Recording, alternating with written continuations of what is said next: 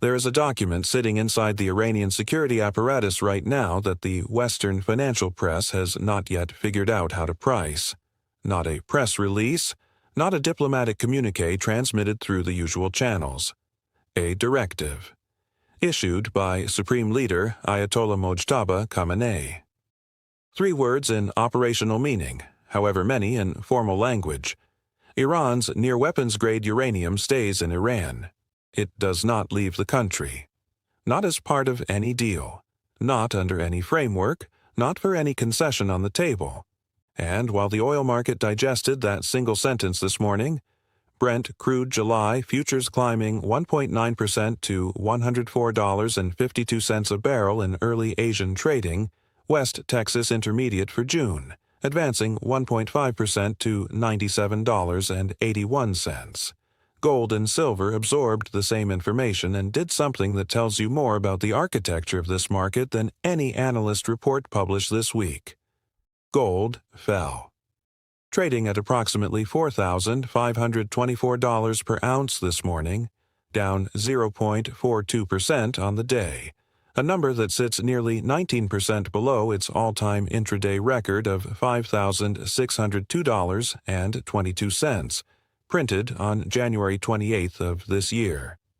Silver, which closed yesterday at $73.78 after a 5% single-session collapse, is attempting a recovery this morning. The metal that hit $121.64 on January 29th, the nominal all-time high in the metal's recorded trading history, now sits roughly 39% below that peak, while the structural conditions that drove it to that level have not improved. They have deteriorated. This is not a story about a number on a screen. This is a story about a geopolitical deadlock that was never as close to resolution as 4 days of optimistic headlines suggested, a physical market that has been draining from the inside for 6 consecutive years, and a monetary environment that is about to receive its most consequential data signal in months. Stay with me, because what the next 96 hours reveal about this market may be the most important chapter of the entire 2026 commodity cycle, and you are going to want a framework already in place before it unfolds. Begin with the uranium directive, because it is the load-bearing wall of this entire analysis and because the financial press reduced it to a footnote when it deserves the front page.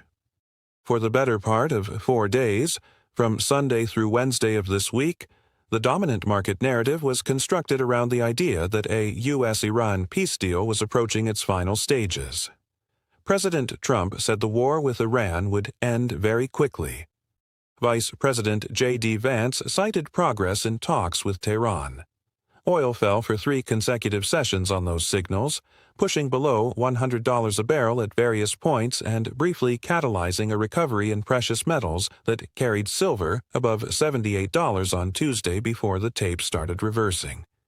Then the Supreme Leader issued his directive. And the thing that 3 days of diplomatic optimism had temporarily papered over was suddenly legible again with complete clarity. Iran's uranium enrichment program, the central issue, the non-negotiable core of every American position in these negotiations since the conflict began on February 28th, is not moving out of the country. Not for sanctions relief. Not for Hormuz reopening timelines.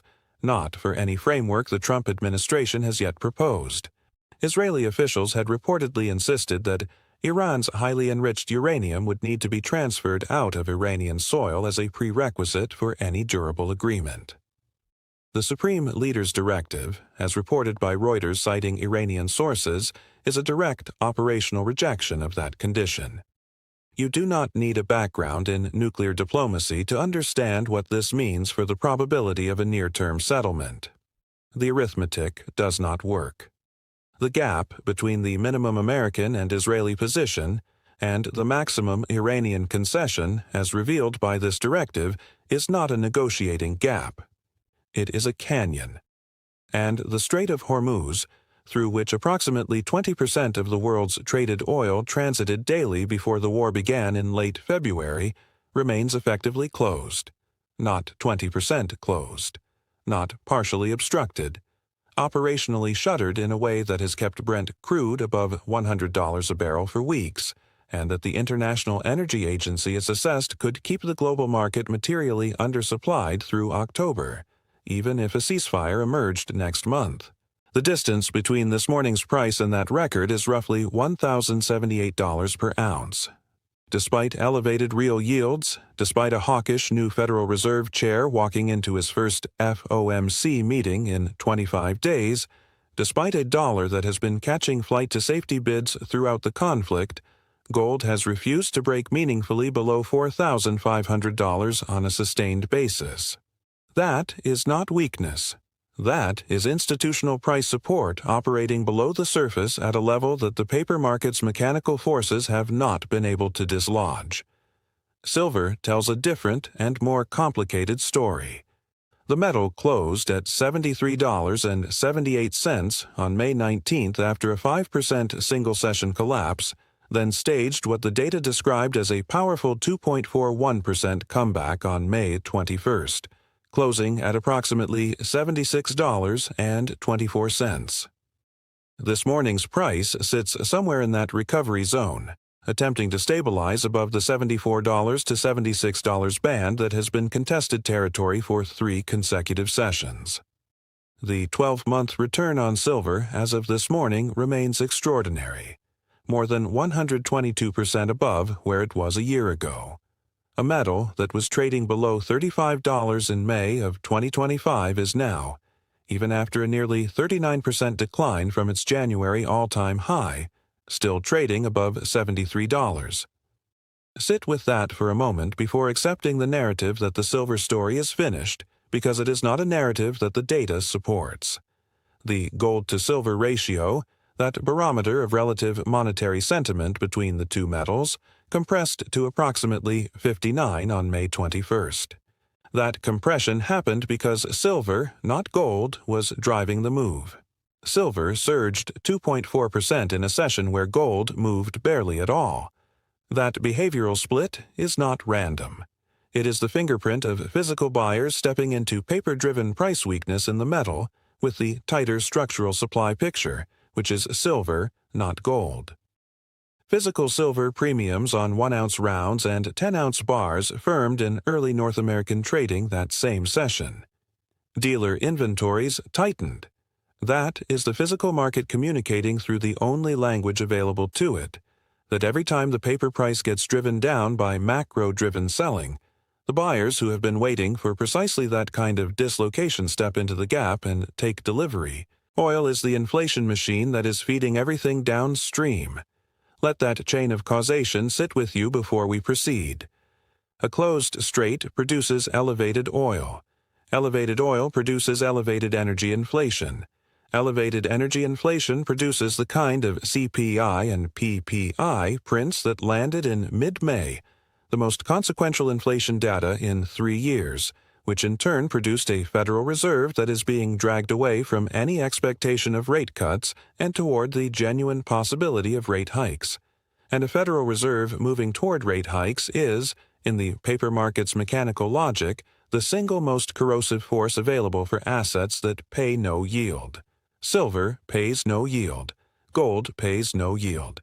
When the market reprices the cost of money upward, it prices the opportunity cost of holding non-yielding metal upward simultaneously. That mechanical relationship is why silver dropped 10.5% on May 15th. Not because the vaults refilled, not because the structural deficit resolved. Because the paper market heard a hawkish Federal Reserve signal and responded with the same reflex it has used in every rate anxiety episode of the past decade. It sold. Understanding that the paper market sold for mechanical reasons that have nothing to do with the physical reality is the prerequisite for understanding everything that happens next. If you have found the kind of structured primary source analysis this channel provides genuinely useful, the kind that follows the data rather than the narrative, then subscribe right now and hit the notification bell. Because the next 96 hours contain 3 catalysts that have not yet been priced appropriately, and you want the framework before the sessions open, not after. Let us account for exactly where we stand as of this morning. May 22, 2026, because precision matters and the narrative requires grounding in verifiable specifics before it can support useful interpretation. Gold is trading at approximately $4,524 per ounce this morning, down 0.42% on the day, having tested the $4,490 level on May 20th when it touched its lowest price since March 30th. The metal is still 34.72% higher than it was 12 months ago. Its all-time intraday record sits at $5,602.22, printed January 28th of this year. Now understand the structural backdrop against which that physical demand is operating, because no analysis of what happens in the next 96 hours is honest without establishing what was already true before the uranium directive landed this morning. The Silver Institute's World Silver Survey 2026, released April 15th, describes the current environment in language the industry's own research authority does not typically employ. It writes that silver has clearly entered an era of reduced stocks. That phrase is not a metaphor. It is a clinical assessment of an inventory situation that has been deteriorating since 2021 without a single year of structural improvement. 762 million ounces of silver have been drawn from above-ground global stocks since the deficit cycle began. A cumulative extraction from the world's silver savings account that represents roughly 9 months of total global mine production. And against that backdrop of 5 years of continuous depletion, the same survey projects the 2026 annual deficit at 46.3 million ounces. The 6th consecutive year, the world will consume more silver than it produces. The COMEX registered inventory picture has evolved in a way that deserves careful attention, because the numbers tell a more nuanced story than the single headline figure suggests. As of the most recent available data from the CME Group's daily warehouse report, the COMEX registered silver pool, the metal-carrying warehouse warrants and immediately available for delivery against futures contracts, stands at a coverage ratio of approximately 16.2%. That number sits just above the 15% stress threshold that commodity analysts use as their operational warning indicator. It represents a modest technical recovery from the 13.4% level that persisted for 7 consecutive delivery months earlier this year. Paper leverage remains elevated at 6.2 times deliverable supply. And the June 2026 first notice day sits 6 business days away with approximately 2,906 contracts, representing 14.5 million ounces, still open. The significance of that delivery cycle approaching cannot be overstated in the context of the uranium directive that landed this morning. If the geopolitical situation fails to resolve in a way that eases inflation concerns, and as of this morning, the Supreme Leader's directive makes that resolution considerably less likely than it appeared 4 days ago, the Federal Reserve's posture heading into the June 16th and 17th FOMC meeting becomes not merely hawkish in theory, but hawkish in a way that the upcoming dot plot will be forced to formally articulate. That dot plot, the Federal Reserve's own projection of where rates are headed, will be the most consequential piece of monetary communication the market receives between now and the end of July. And it arrives when the physical delivery cycle for the June silver contract is either confirming or denying whether the registered pool has enough operational depth to absorb standing delivery demand at current prices.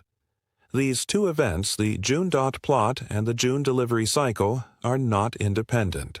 They are convergent.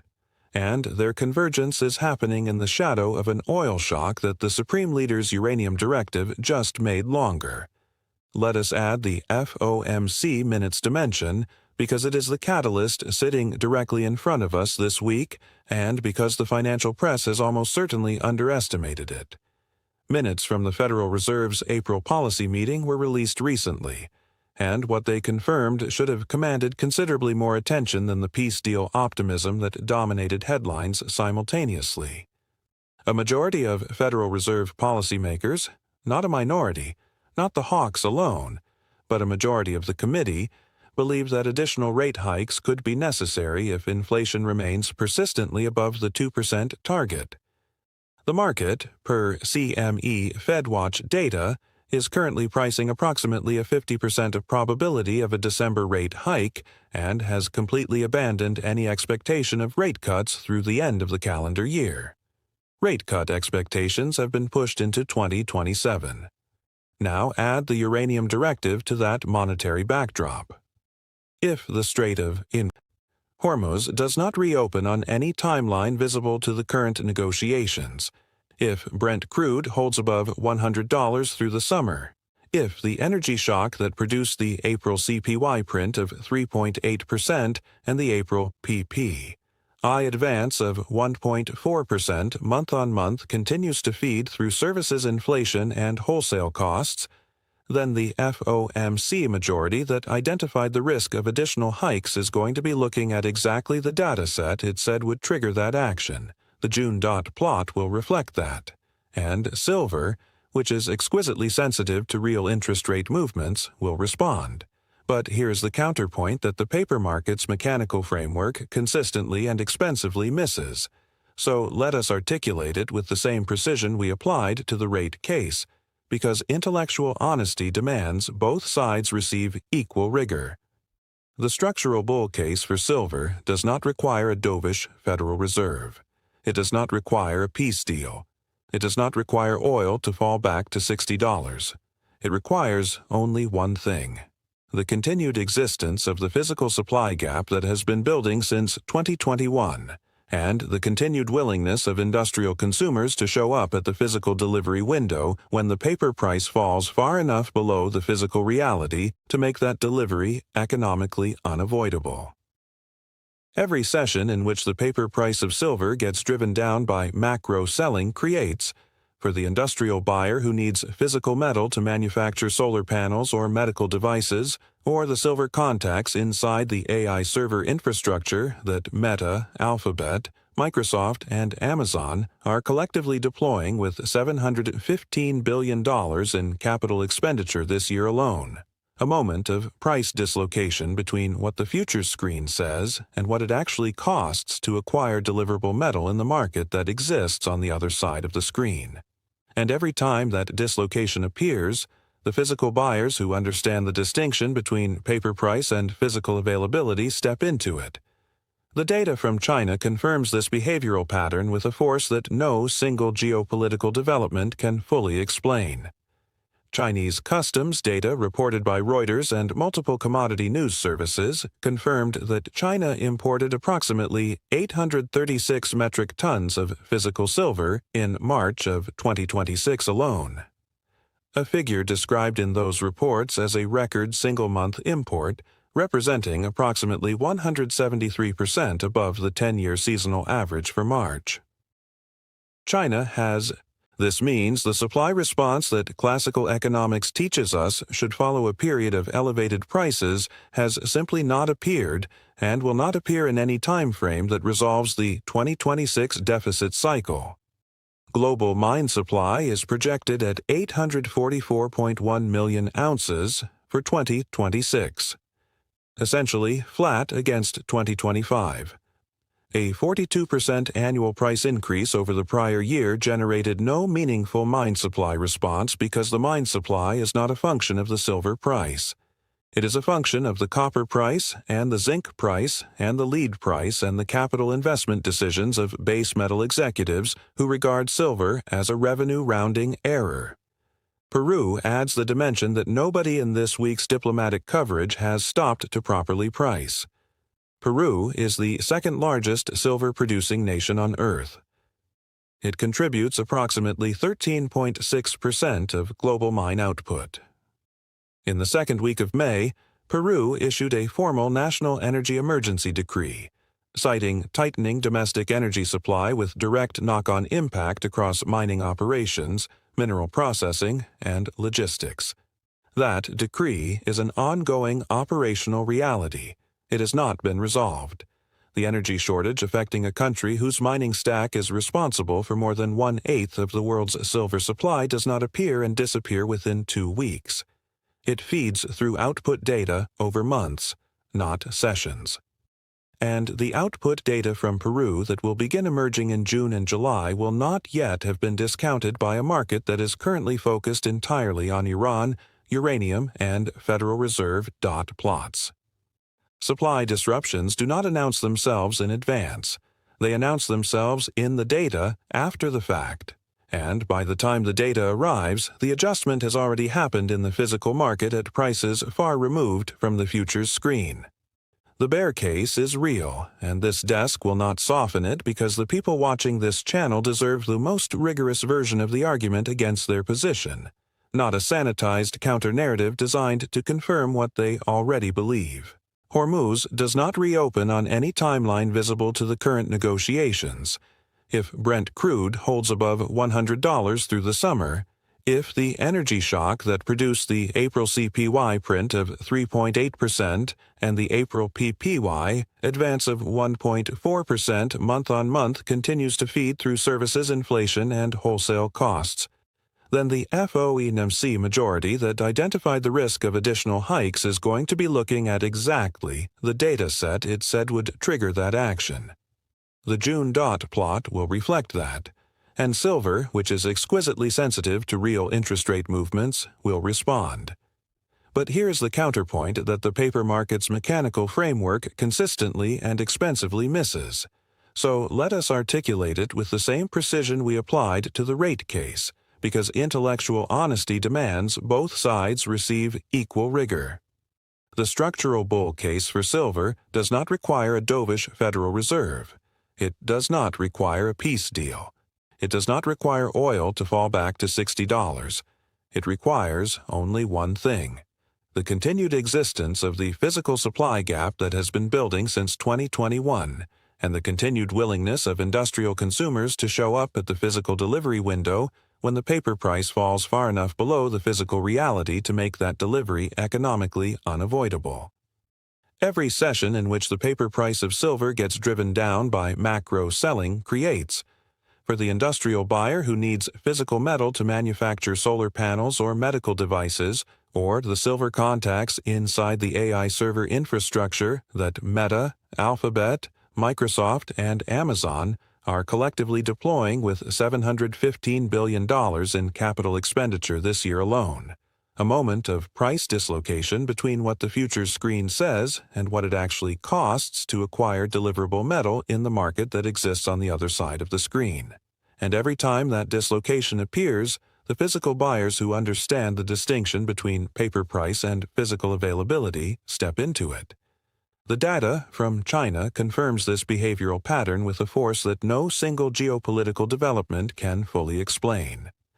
Chinese customs data reported by Reuters and multiple commodity news services confirmed that China imported approximately 836 metric tons of physical silver in March of 2026 alone, a figure described in those reports as a record single-month import, representing approximately 173% above the 10-year seasonal average for March. China has HSBC revised its silver price forecast recently, lifting its 2026 average to $75 per troy ounce, while simultaneously warning that the upside from current levels may be limited. The Reuters survey of 30 precious metals analysts places the 2026 consensus average at $79.50 per ounce. J.P. Morgan's full-year average sits at $81 per ounce. Every one of those consensus targets sits at or below the metal's current spot price, which means the institutional forecast community broadly believes this is roughly where silver should be trading. Not a screaming discount, fair value, or slightly above it. Photovoltaic silver demand is falling, not rising. Metals Focus and PV Magazine data confirms that silver demand from solar manufacturers dropped 6% in 2025 to 186.6 million ounces and is forecast to fall a further 19% in 2026 to approximately 151 million ounces. The solar demand pillar of the structural bull case is being eroded by engineering substitution at a pace that the consensus models of 2 years ago did not anticipate. Long-I Green Energy is shipping copper paste back contact cells in commercial volume. ICO Solar is deploying silver-free heterojunction technology at scale. The silver intensity per panel is declining faster than panel volume is growing, which means total solar consumption is falling even as installation rates remain elevated. India, one of the world's largest physical bullion markets, doubled its import tariff on gold and silver from 6% to 15% in mid-May. That is a direct demand shock applied to one of the most price-sensitive physical buying pools anywhere on Earth at precisely the moment the paper market was already under mechanical selling pressure. The Indian retail market is not a marginal force in global physical silver demand. It is a structural pillar, and a policy decision that halves the economics of import at the margin is a pillar that has been meaningfully impaired for the duration of the current government's fiscal year. The World Gold Council's Central Bank Gold Reserve Survey for 2025 showed that 95% of central banks expect global gold reserves to rise in 2026, up from 81% the prior year. Central banks buying gold at that level of consensus are not doing so because they believe the current monetary system is functioning normally. They are doing so because they are positioning for a world in which the dollar-centric settlement system they have relied upon is less reliable than it was. Silver exists within that same reclassification trade, and the Russian sovereign reserve decision is the most direct public articulation of that dynamic appearing in the institutional record. The Sprott Physical Silver Trust, which holds fully allocated London Good Delivery silver stored in Royal Canadian Mint vaults, has continued institutional accumulation throughout the first quarter and into the second. That trust is not a speculative vehicle. It is a physical custody mechanism used by institutions that want exposure to the metal without the counterparty risk of a paper derivative. Continued inflows to that vehicle in the face of ETF outflows from instruments like iShares tells you that the composition of the silver ownership base is shifting. Weaker hands are leaving via ETF redemption. Stronger hands are arriving via allocated physical custody. That is not a distribution pattern. It is an accumulation pattern wearing a distribution costume, because the paper market is pricing both things with the same headline number. The Bank of America's published 2026 Silver Target Architecture places the upper bound of their analytical range at the kind of figure that sits dramatically above where the metal is trading this morning. The institution whose trading desk paid $920 million in Department of Justice fines for manipulating this very market publishes a price target range whose ceiling suggests that the physical reality the metal represents has not yet been incorporated into the paper price with anything approaching completeness. The iShares Silver Trust recorded a single-day redemption near $3.4 billion during February's turbulence. Over 6% of the fund's total assets liquidated in one session. That represented more than $2.5 billion in paper-side selling pressure that has been absorbed by the market unevenly across subsequent months, with net outflows continuing through the first quarter. 3-month net outflows have exceeded $2.8 billion. 1-month net outflows exceeded $447 million in the most recent reporting window. ETF redemption flows of that magnitude leave marks on the positioning architecture of the market that do not disappear simply because the geopolitical headline changes. The Atlanta Federal Reserve's GDP Now tracker estimated second quarter U.S. growth at 3.7% on an early read. If that estimate is broadly accurate, the economic backdrop has not yet deteriorated to the recessionary conditions that historically drive the most aggressive institutional flight into hard assets. Recession fear is a powerful rocket fuel for precious metals. It is not yet present in the data with sufficient force to override the mechanical headwinds of a hawkish Federal Reserve posture. The bear case, presented in its most rigorous form, is this: a Federal Reserve that is moving toward rate hikes, not cuts, presiding over a period of elevated real yields combined with a dollar that has been catching safe haven flows throughout the conflict, with a physical demand picture that has been partially offset by ETF outflows and reduced solar thrifting.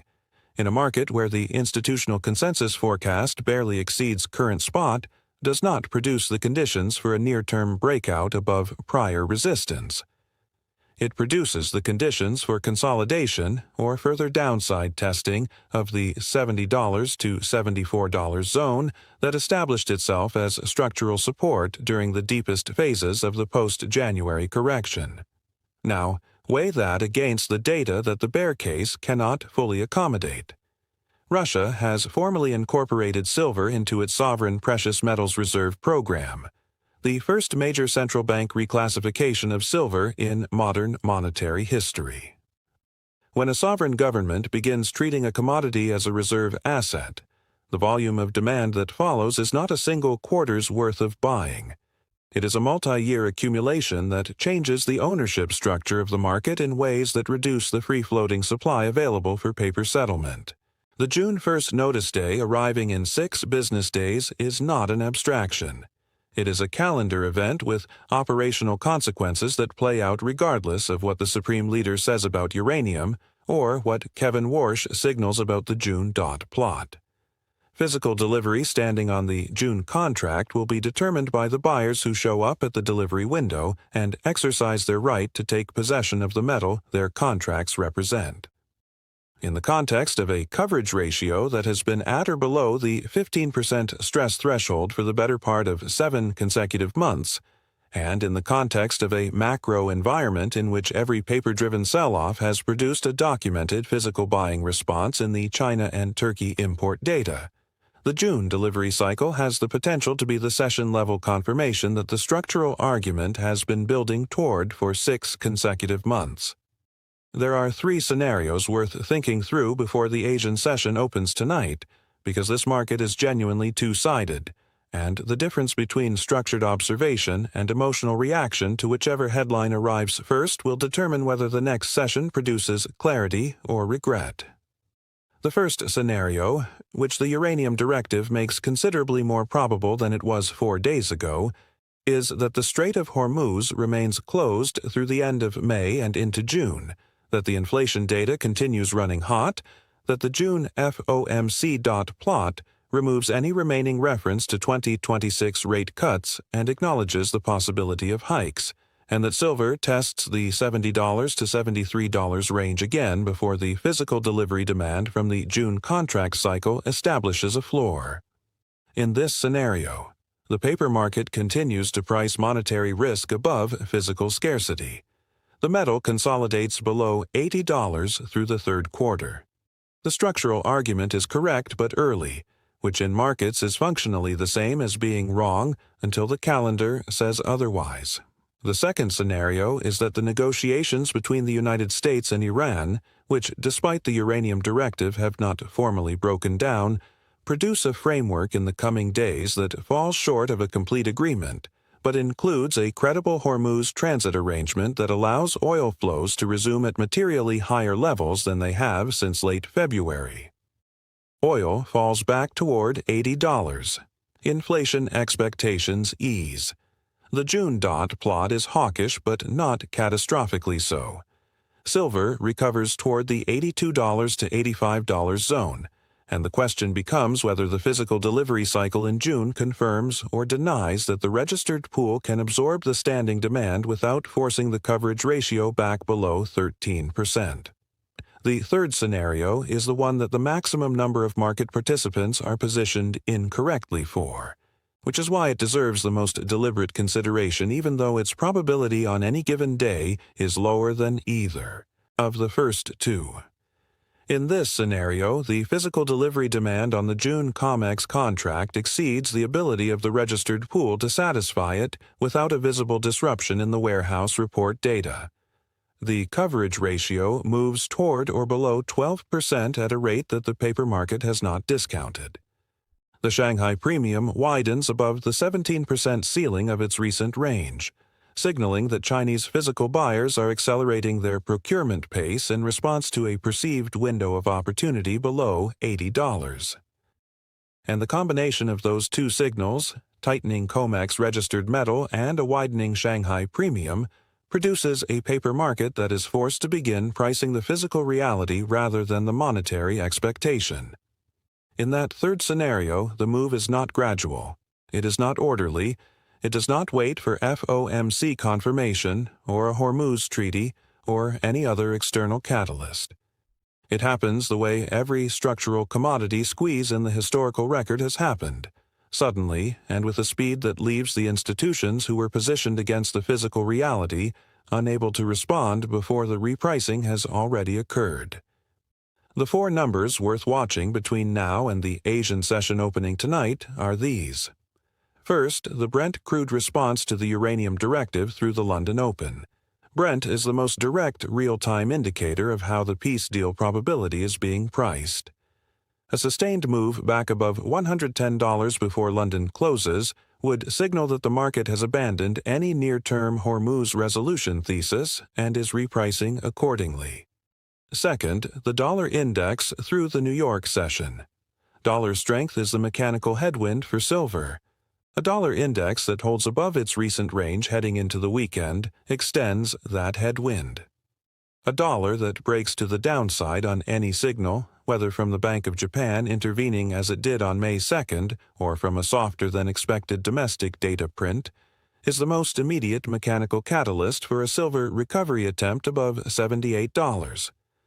Third, the CME Group's daily warehouse report for Monday, which will reveal whether the physical delivery pace on the June contract's first notice day has placed additional pressure on the registered pool, or whether the eligible-to-registered conversion that would technically buffer the coverage ratio has materialized in any meaningful volume. Fourth, the Shanghai Futures Exchange overnight premium on silver. The 12% to 17% range has been the operational signal from China's physical market for months.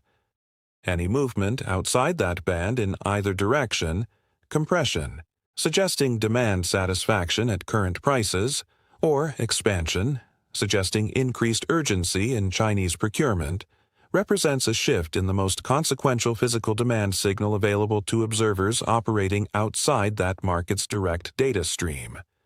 It would be dishonest to present any of this as a prediction of direction. Markets route around frameworks with a regularity that should instill permanent humility in anyone who has spent more than a single cycle observing them. The uranium directive could be superseded by a secret channel that has not yet appeared in the public record. The June FOMC plot could surprise to the dovish side if the May CPI data, releasing in 2 weeks, comes in below the April level. The COMEX registered pool could absorb June delivery demand without visible stress if a large eligible holder decides to convert without public announcement. Any of these developments would change the probability distribution of what follows in ways that no weekend framework can fully account for. What the framework provides is not certainty. It provides structure. A way of watching the same data that everyone can access in real time and extracting the signal that the dominant narrative has not yet incorporated.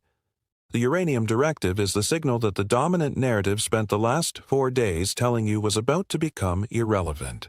It is not irrelevant. It is the axis around which every other variable in this market is currently rotating. Gold at $4,524 this morning. Silver at $73 to $76, depending on the session. Brent crude at $104 with fresh upside pressure. FOMC minutes confirming a majority of policymakers are tilted toward hikes rather than cuts. A June delivery cycle arriving in 6 business days with a coverage ratio that has been in the stress zone for 7 months. A supreme leader who has issued a formal directive placing Iran's uranium beyond the reach of the negotiating table. That is the complete picture. All of it is public. All of it is verifiable. None of it is being assembled in one place by the financial press, which has moved from peace deal optimism on Tuesday to oil price update on Friday, without pausing to explain to its audience why the transition happened, or what it means for the structure that was always underneath the geopolitical theater. Silver's 122% year-on-year gain did not happen, because a story caught fire on social media. It happened because 6 years of cumulative supply deficits, a collapsing refining network, Chinese strategic reclassification, record physical imports from Turkey and China simultaneously, a COMEX registered pool that drained 78% from its 2020 highs, and a monetary system that began treating the metal as something closer to a strategic reserve asset than a commodity, all converged in the same window. None of those forces have reversed. The paper price has corrected 39% from the all-time high. The physical reality has not corrected at all. That gap is the only analysis this market needs, and the only one consistently absent from the conversation that the mainstream financial press is willing to conduct in public. Drop a comment below. Tell me which variable you think the market has most severely underpriced as of this morning. The uranium directive, the June delivery cycle, the FOMC plot risk, the Peru energy emergency still working through the supply data, or the Shanghai premium that has been quietly flashing 12% to 17% for months, while the Western financial press covered the diplomatic theater. The argument lives in the data. The data is public. Pull every source yourself and reach your own conclusion. That is the only way any of this actually serves you. And remember, this is for education and discussion only, not personal financial advice. I am sharing a way to think through the history, the market, and the ownership questions so you can make your own decisions with your own money and your own risk in mind.